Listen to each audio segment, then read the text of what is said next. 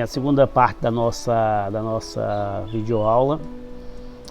A primeira já ficou imensa, vou tentar ser o mais breve possível, em que nós estamos começando a pensar na ideia de povoamento e ocupação do território. Um dos aspectos importantes dessa ocupação inicial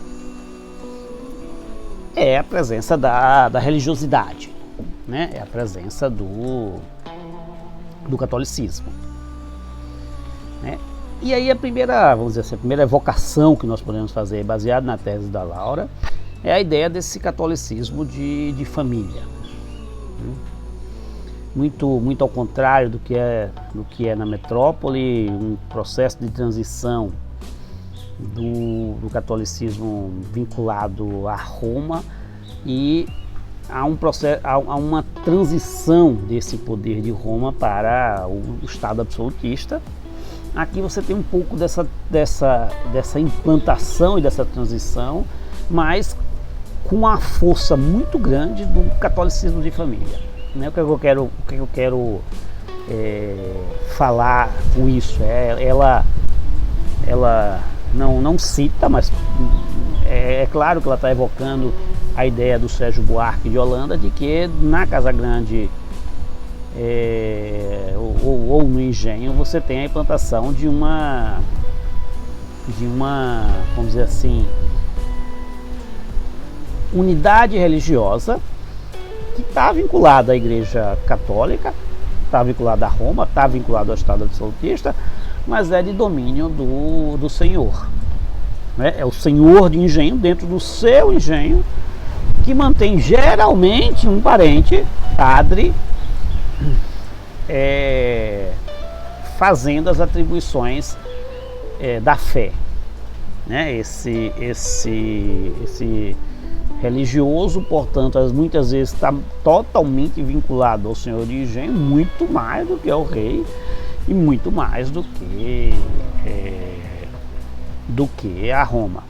Então, nesse primeiro momento, nessa primeira perspectiva, eu estou falando ainda não da expansão das cidades, né? Não dos sobrados e dos mucambos. Eu estou pensando ainda na fase inicial, na fase de implantação em povoamentos, seguindo inclusive a esteira da Laura, é desse catolicismo de família. Ou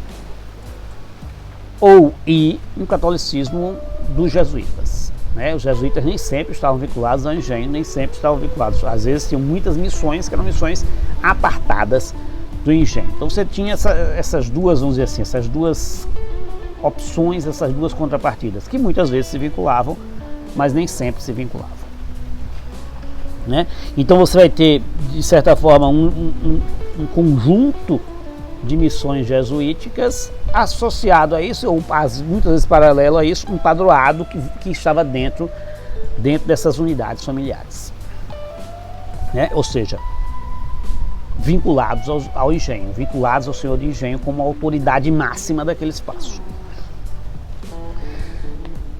E já falamos aqui na primeira parte, uma igreja que admite a escravidão, né? Uma igreja cristã, né, que advém de um povo subjugado pela escravidão, que faz a crítica dentro do seu principal livro ao fenômeno da escravidão, que comemora, né, a fuga dos hebreus do Egito. E, vamos dizer assim, paralelo a isso, essa igreja totalmente sincrética, sem um grande regramento, que vai se adaptando às condições coloniais, né? Não é só a escravidão que é ajustada, mesmo numa igreja que não poderia conceber a escravidão. Uma série de outros, vamos dizer assim, uma série de outros desvios da lógica geral da igreja vão sendo, né, amenizadas, né? O Freire vai dizer, não, eram comadres que viviam com os padres quase sem pecado. Esses desvios permitidos exatamente porque o poder necessariamente não era um poder central. Logo, a lógica central geral vai sendo pulverizada, vai sendo relativizada, vai sendo aliviada pelo poder e proteção local do Senhor. Né? Ou seja, em determinado momento vai haver uma crítica generalizada dessa balbúrdia, né? Quando vai se fazer necessário, segundo a Igreja Romana, um processo de padronização e depois um processo mais rígido de perseguição a quem fugisse dessas padronizações. Mas não vamos dar spoiler, não vamos antecipar. Além disso, você tem uma junção de um conjunto de outras religiosidades que corriam em paralelo. Né? Então, o catolicismo como sendo o objeto central, mas você tinha fortes elementos de judaísmo, né? Pessoas que eram judeus e que não podiam revelar-se judeus, mas que de certa forma fugiam para a América para viver exatamente apartado desses controles. Uma religiosidade africana já bastante significativa, porque trazido, né, pela diáspora, né? E uma religiosidade, vamos dizer assim, ameríndia, uma religiosidade dos povos originários, que também era incorporada em muitos aspectos, né, nas tradições locais. Né, essa influência multirreligiosa, mas é claro, tendo como, vamos dizer assim, o cabedal do dominador, o catolicismo. Ela tinha que se impor e dominar e limitar a ação das outras pela força. Né? Não é uma relação de miscigenação como quer parecer alguns autores. Então é isso que nós estamos falando. Nós estamos falando de coexistência, mas não é uma coexistência pacífica, é uma coexistência de força da religiosidade do dominador sobre as outras, com uma certa, vamos dizer assim, flexibilização, porque falta de controle, né? Porque distanciamento, porque muitas vezes era melhor o distanciamento do que o controle.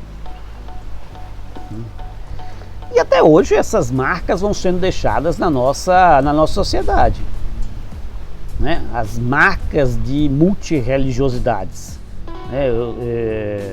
Na minha terra, por exemplo, não se come muito carne de porco. Eu vim comer carne de porco com 16, 17 anos. Né? Na minha terra se come... aqui, por exemplo, as pessoas não gostam muito de bode. Quando fala bode, os cearenses fazem uma cara feia, que é características da antiguidade, do Antigo Testamento. Né? No Antigo Testamento você tem a ideia de Esaú e Jacó, do bode expiatório, e portanto o bode como sendo um animal ruim, um animal pernicioso. Né? Essa incorporação de uma tendência judaica, né, de uma característica judaica à religiosidade católica. Tanto o bode quanto o porco, né, na religiosidade cristã europeia não tem sentido, pelo contrário, né, para saber se a pessoa era judeu ou não, davam a ele chouriço feito com carne de porco. Aí se inventou a alheira, que a alheira não tem carne de porco, é carne de caça ou carne de aves, né, é um chouriço, uma linguiça fingindo que tinha porco, né? Então esses paralelismos, né, essas incorporações paralelas, às vezes hoje é dia de Iemanjá, né? Daqui a pouco eu vou jogar minhas flores ali ao mar. Então no dia de Iemanjá, os cristãos, às vezes, Bíblia, né, deixam uma florzinha no mar. Não quer dizer que eu sou o meu caso seja Bíblia, não. Meu caso é que eu sou filho de Iemanjá. E, portanto, tenho que dar a minha saudação e jogar o meu contributo. Mas muita gente quer Bíblia, vai lá ao mar e faz suas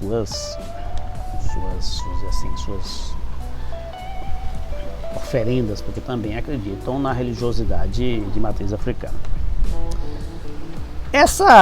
Vamos dizer assim, essa perniciosidade realizada por Roma é exatamente porque Roma está, vamos dizer assim, tá distante, né? E, inclusive,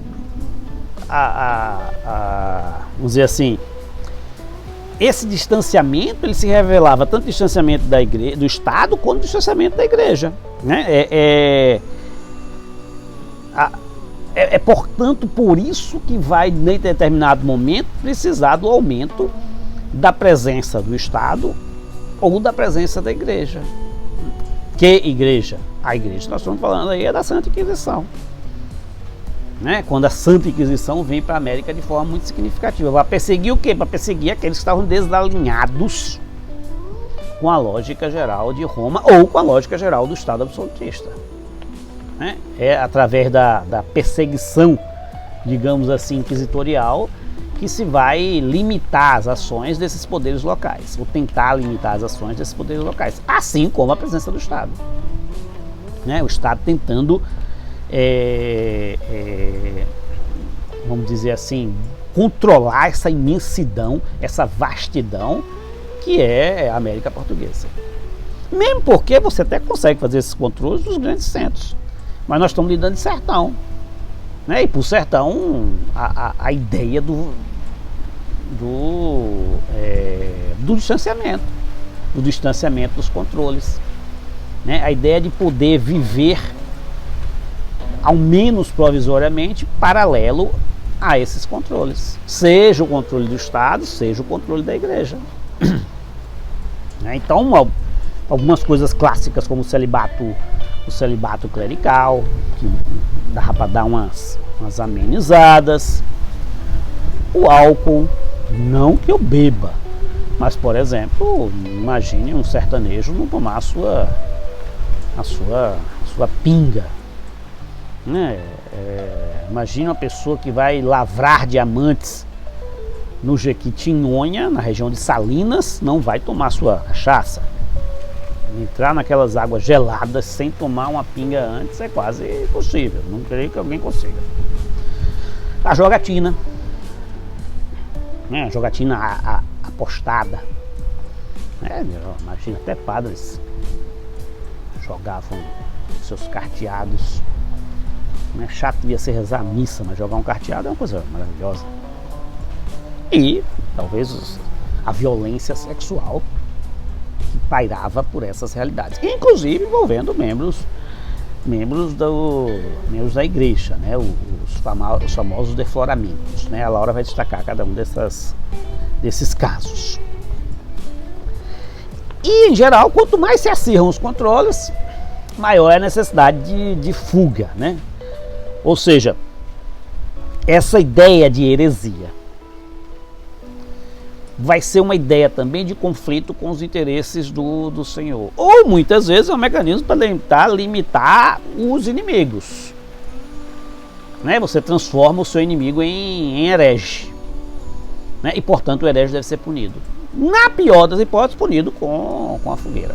Ou ser expulso para terras ainda mais distantes sob a concepção da lógica colonial. Né? Então, essa configuração de que o inferno poderia ser um inferno por não cumprir determinadas coisas, ela é muito relativizada, porque você já está no inferno. Né? Não peque, porque senão você vai para o inferno. Não, já estou. Né? Era a concepção, digamos assim, mais geral. O Brasil já era o inferno. Né? Ou América Portuguesa, lá vai eu cometendo os deslizes anacrônicos. A América Portuguesa já era um inferno.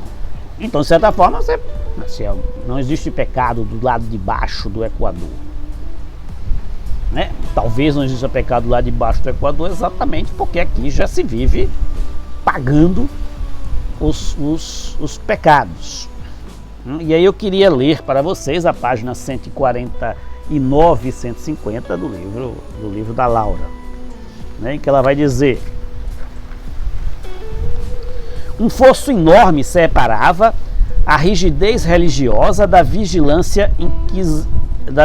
Inquisição portuguesa e o catolicismo vivido pelos colonos, sendo constante a incompreensão mútua dos discursos de cada um. E, no entanto, conversando sobre o purgatório, os tacheiros, mestres de açúcar, marinheiros, escravos, mercadores, carpinteiros, soldados e senhores de engenho não faziam outra coisa senão discutir uma questão que, décadas antes, preocupava também Lutero. A incompreensão mútua não poderia, pois, ser imputada à incomunicabilidade entre níveis culturais diversos. No cotidiano da colônia, céu e inferno, sagrado e profano, práticas mágicas primitivas e europeias, ora se aproximavam, ora se apartavam violentamente. Na realidade fluida e fugidia da vida colonial, a indistinção era, entretanto, mais característica do que a dicotomia. Esta, quando se mostrava, era quase sempre devida ao estímulo da ideologia missionária e da ação dos nascentes aparelhos de poder, empenhados em descartar as partes para melhor captar as heresias. O que quase sempre sobrenadou foi o sincretismo religioso. Como vimos na passagem do Peregrino, o sincretismo era uma das faces do inferno. Crenças africanas e indígenas viam-se constantemente demonizadas pelo saber erudito, incapaz de dar conta da feição cada vez mais multifacetada da religiosidade colonial. Com o avanço do processo colonizatório, as definições se faziam mais nítidas. A complexidade de uma formação social que pressupunha simultaneamente o escravismo e o cristianismo puxava a colônia para as imagens infernalizadas. Satã no papel de confirmador de Deus. O inferno eram as tensões sociais, os envenenamentos de senhores, os atabaques batendo nas senzalas e nas vielas escuras das vilas coloniais, os quilombos que assombravam as matas, os caminhos, os descampados, os catimbós nordestinos que conclamavam espíritos ancestrais, as curas mágicas, as adivinhações. Do outro lado, a identificação que a metrópole atraía a colônia para o polo paradisíaco. Chegava-se ao céu quando se rezava o credo de Portugal, invadindo os mercados europeus com açúcar, tabaco, ouro brilhantes. Entre um e outro polo, a colônia se confirmava na sua função purgadora. Purgatório, onde se purgavam penas e mazelas inerentes às tensões sociais e onde, divinizando-se o universo produtivo, se procurava ganhar salvação. A divinização do universo produtivo também possa aqui parecer menos significativa do que a demonização das relações sociais. Como nunca foi abordada, estas poucas páginas se ressentem desse silêncio. Espero, entretanto, que sirvam de ponto de partida para novos estudos e que proximamente se elucide melhor o fascinante ser e não ser do mundo colonial. Uber e terreno para diamantes e impiedades.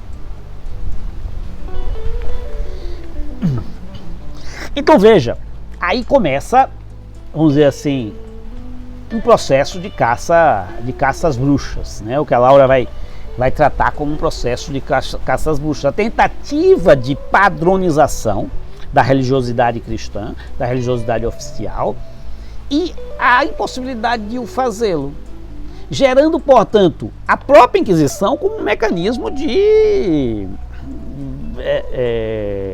ajustes políticos dentro da colônia, né? Ou seja, nem o Estado era forte o suficiente para conseguir dominar esse povoamento tão espaçado, nem a Igreja e a sua Inquisição conseguia fazê-lo, mas daí a necessidade de cada vez mais se ampliar isso. Paralelo a isso tudo, nós estamos estamos no momento das reformas. Tanto a reforma protestante quanto a reforma católica já vai em curso, né? Já vai, digamos assim, já vai avançando como sinal dos novos tempos, né? E para completar esse trecho, eu vou à página 277, em que a Laura vai dizer: a eclosão da caça às bruxas, a constituição do Estado centralizado e o estabelecimento da Inquisição moderna são fenômenos contemporâneos e extremamente relacionados. Com o pano de fundo da importância assumida pela feitiçaria e pelas perseguições inquisitoriais, estende-se o manto tenebroso do medo, a conjuntura apavorada do que Delamere falou em tantos dos seus trabalhos, notadamente os mais recentes, e que explica também a ocorrência de duas reformas religiosas do Ocidente, a católica e a protestante. Surgido no bojo da crise do século XIV, da qual é simultaneamente parte integrante e solução possível, o Estado moderno remete, por sua vez, à expansão do capitalismo comercial e à colonização do Novo Mundo.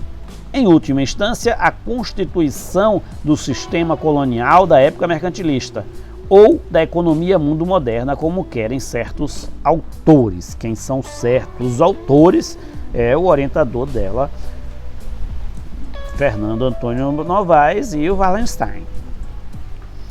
Bem, ficamos por aqui e nos encontramos agora lá no paredão, lá nas dunas.